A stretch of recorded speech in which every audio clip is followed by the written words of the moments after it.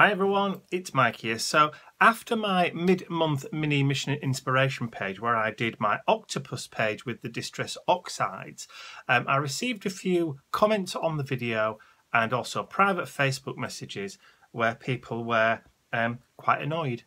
They think that I haven't truly given a proper review of the Oxide inks. Well, that wasn't the reason why I did the video. I wanted to try the Oxide inks in an art journal page in the Dilutions Black Journal.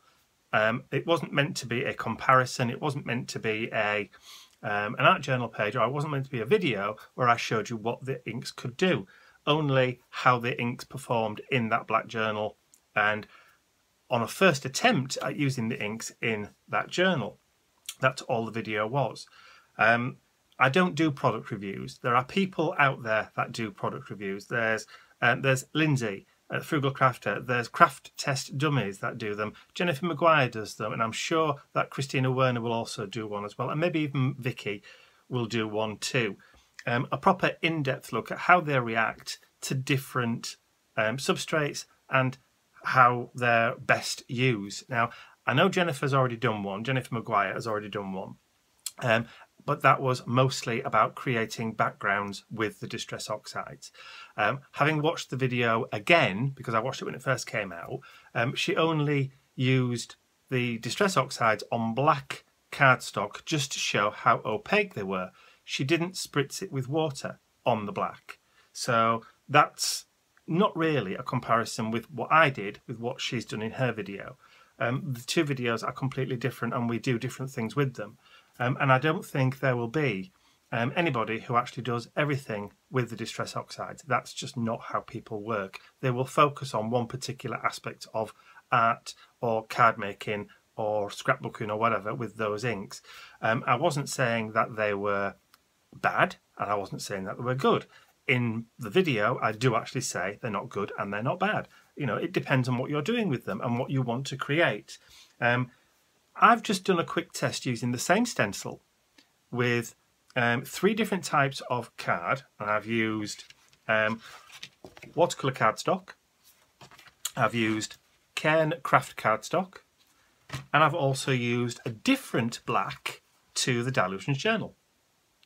And believe it or not, I got 3 totally different results. Now, I did take before and after spritzing photos. So these are all obviously after.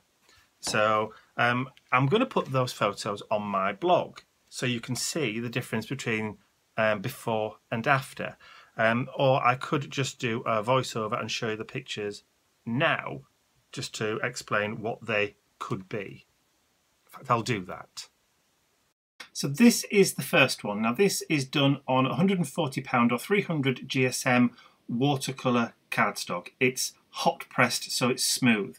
So as you can see, I've laid the Oxide inks through my Octosquid stencil and that's what it looks like. The colours are very nice, very bright and quite vibrant.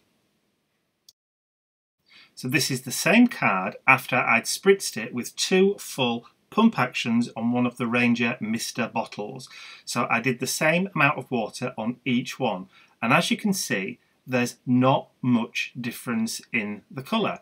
Now the oxidisation process hasn't been that dramatic on the hot pressed 300 GSM to £140 watercolour cardstock.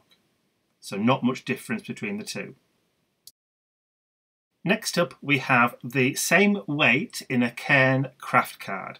So again, I've put the oxides through the stencil, I've done different colours, blended them through the stencil, and then the same thing again, I did 2 full pump actions on the Ranger Mister bottle.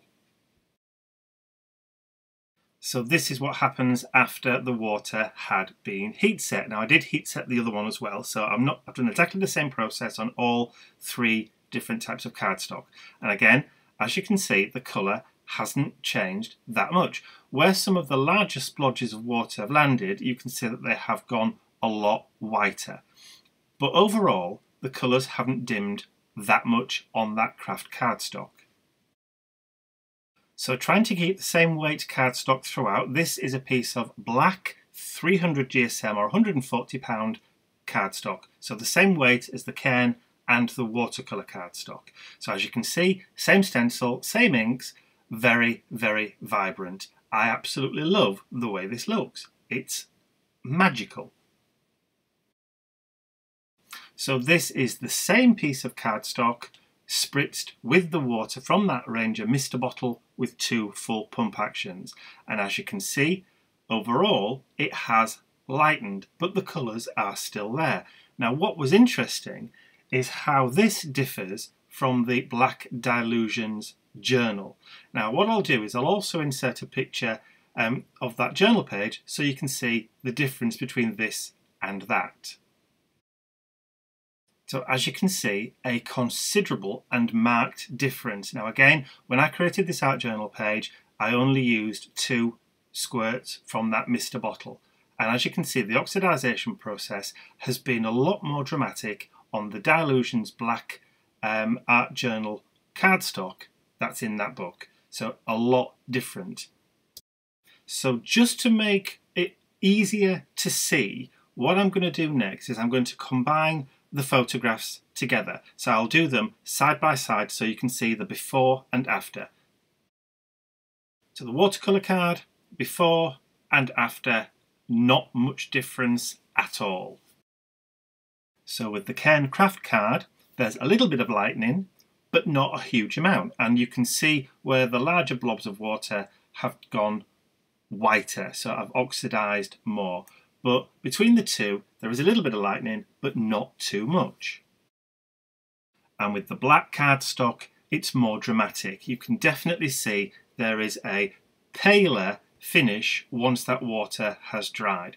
So before the water's added, a lot more vibrant. After, it does start to oxidize and you get a more dramatic effect, but not as dramatic as the difference between the 2 different types of black card. So the difference between the black cardstock and the Dilutions journal is totally different again. It's a lot paler and there is a huge difference between the 2. And from the beginning to the end, a huge difference in the way that the inks work in that Dilutions journal. So in summary, I guess it really all depends on what you're putting the inks onto as to what kind of effect you're going to get from those Distress Oxide inks. If you're creating backgrounds, I should imagine you're going to get a whole different set of variables. Now this is just what happened when I used the Distress Oxides with a stencil on, 4 now different background paper types, 4 different substrates. So I suppose the moral of this video is you ain't gonna know what you're gonna get until you actually do a test and actually find out how it's going to react. It's the same with anything. If you're dyeing clothes or dyeing your hair, they always advise you to do a small test area first. And I advise you to do the same thing with your art journal pages or your projects or your cards or your scrapbook pages. See how it's going to react with what you want to put that ink on first before you commit to actually creating a project. So this video is in no way supposed to be a huge and in-depth review. I just wanted to share with you the differences in how those inks reacted with those particular types of cardstock, because it's going to be different for you. It may be different depending on the type of watercolour cardstock you use or the type of craft cardstock you use. You might get 3 different versions using 3 different craft cards, and the same with the watercolour cards. Like I said, you're not going to know until you try it. So I hope this kind of explains a little bit about my process, about the way that I work and the way that I try and work out how these products are best used. If you're wanting to use them for doing backgrounds and for stamping with, then test it on the cardstock that you've got that you intend to use it on to see how it works first of all before committing. So this isn't like I said, it's not a review, and I'm not saying don't buy the inks. I'm not saying buy the inks. I'm neither way. I'm completely on the fence on this one because, like I've said many times before, it really depends on what you want to use those inks for as to whether or not you should include these into your stash. But please, don't just take my word for it. There are other YouTubers out there that are using these oxide inks in various different ways. Watch as many different Distress Oxide technique videos and demos that you possibly can, and then make up your own mind as to whether or not you want to buy them or have them in your stash at all. They may be perfect for you, they may not be perfect for you. It really is down to what you want to use them for. As with any other product, do not take anybody else's recommendation for it. Gather your own information. That's what I do. And that's what I recommend you do too. So I hope you found this video a little bit more informative with those Distress Oxides in the way that I've used them and the way that they change depending on the type of substrate you're using for stenciling. I can't really say what they're like for backgrounds because I haven't really done any backgrounds just yet, but I will, I promise. So that's all from me for today. I'm sorry if this sounds like a little bit of a lecture, but I've had one for some of the comments and Facebook messages and a couple of emails that I've received, so I thought it was best just to clarify what it was that I've done and why I did it. Okay, so I hope that has cleared the air on that one. So that's all from me. I will see you all again real soon. Bye for now.